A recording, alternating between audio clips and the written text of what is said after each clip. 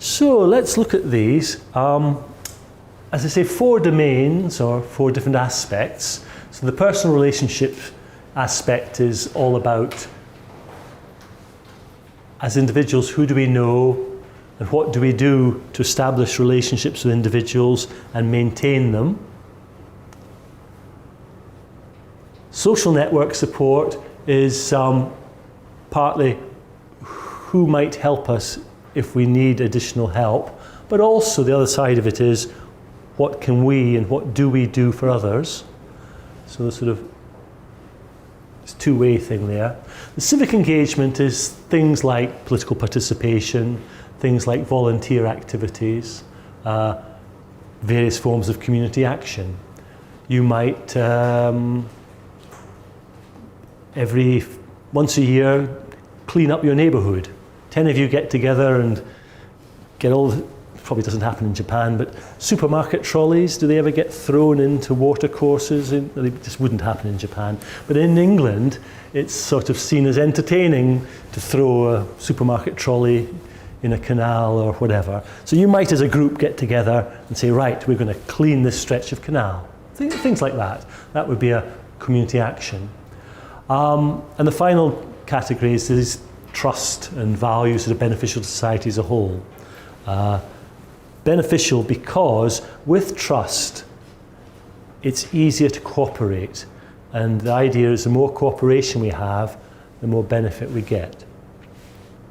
So let's just look at some of these figures. Now, of course, I'm sure some of these questions are also asked in Japan, and it would have been very enlightening to put the percentage response for Japan alongside. Unfortunately, my Japanese is not up to it, but you might like to consider to what extent you're surprised by these percentages or not. So the first one's to do with personal relationships. I almost feel sad just reading the first one. Proportion of people who have at least one close friend, 97%. I thought that was high, actually. But anyway. Proportion of people who meet socially with friends, relatives or work colleagues at least once a week. Quite high, 61%. Feelings of loneliness often or always. Now remember, we're trying to measure here, or we're claiming to measure social capital. But to what extent is feelings of loneliness often or always, is that really social capital? Or is it, I mean, that could be an aspect of mental health and so on. So how to define often or always? How to define frequency? I don't believe they specify it. They leave it to the individual to interpret often or always. Well, always is always, I guess. But often, I agree. I'm not quite sure. I have no idea. If I was responding to that question, well, I'm not often lonely, so I can't. Well, I'm never lonely, so I can't. I haven't a clue what goes into people's heads. It's a good point. You know, this information, if we're going to interpret it, we have to sort of have some understanding or view about what people think when they're completing these questions. So I don't know about often, sorry. A proportion of people who have used the internet for social networking in the last 3 months. And the final one, proportion of people who regularly stop and talk with people in the neighbourhood. That's quite an interesting one, because you know the way modern world goes, particularly in some countries, in some cities, you almost not encouraged to stop and talk. Anyway, that's 68%. But just keeping in mind, these things, which in principle are sort of measurable, because they're questions you can ask and people will give you an answer, the idea is, hardly needs to be said, the higher these are, apart from this one, the lower this one is, that's indicative of more social capital. Support networks. Percentage of people that have a spouse or partner, family member or friend to rely on a lot if they have a serious problem. I find this quite encouraging. So this is the figure for It was probably UK-wide, this one, 84%.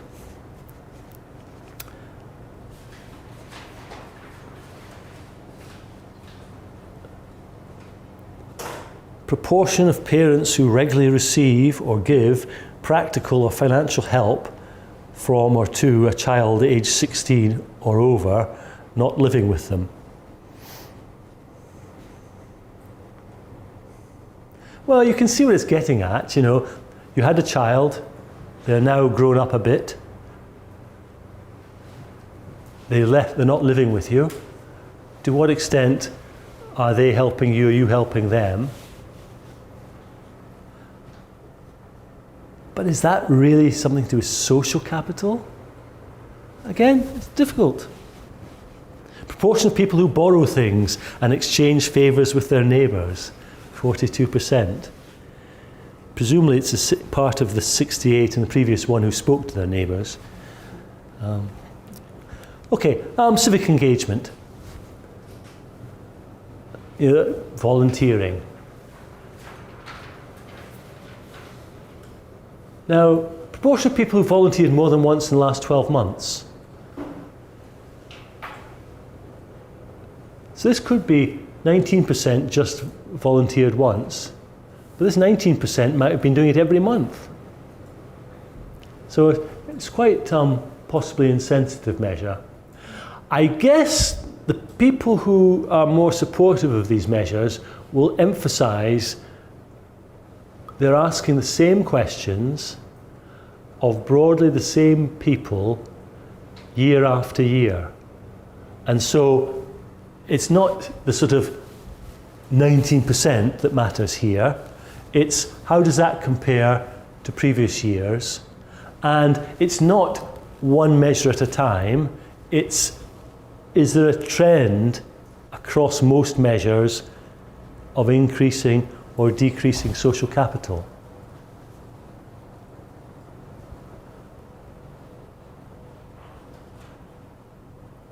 Voter turnout in the general election. This won't work in Australia. In Australia, you get fined if you don't vote. Is it voluntary in Japan? Yeah.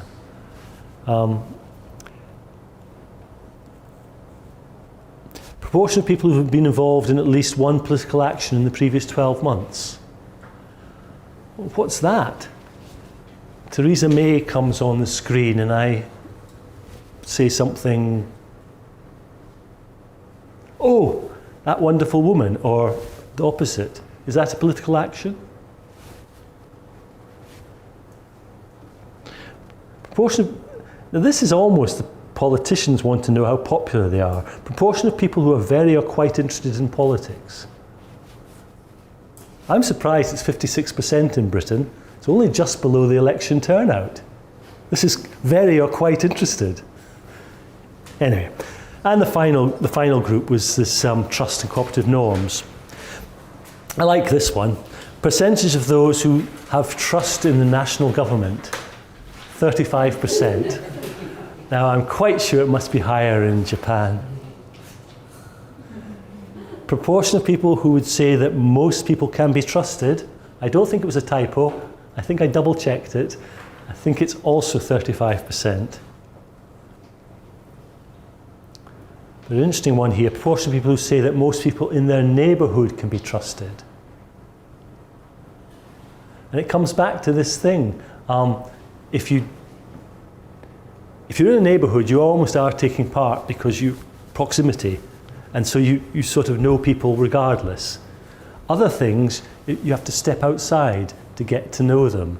And so we don't trust people in general, but people in our neighbourhood, because of the proximity and that opportunity for trust to develop, we trust them much more.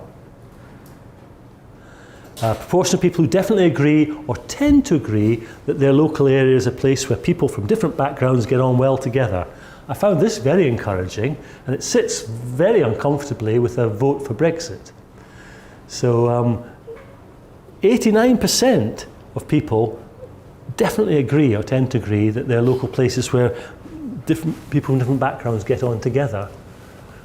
So why on earth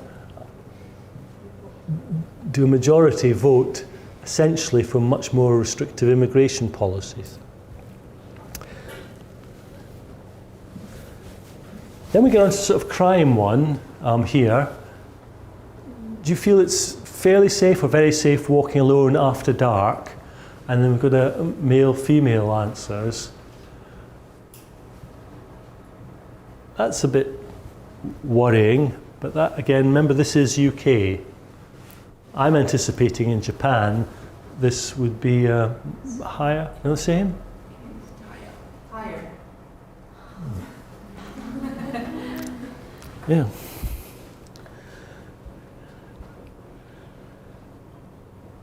So you get the flavour of it.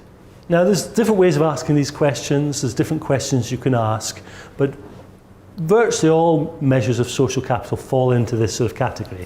They're either asking people about their beliefs, or they're asking about their participation in groups or networks.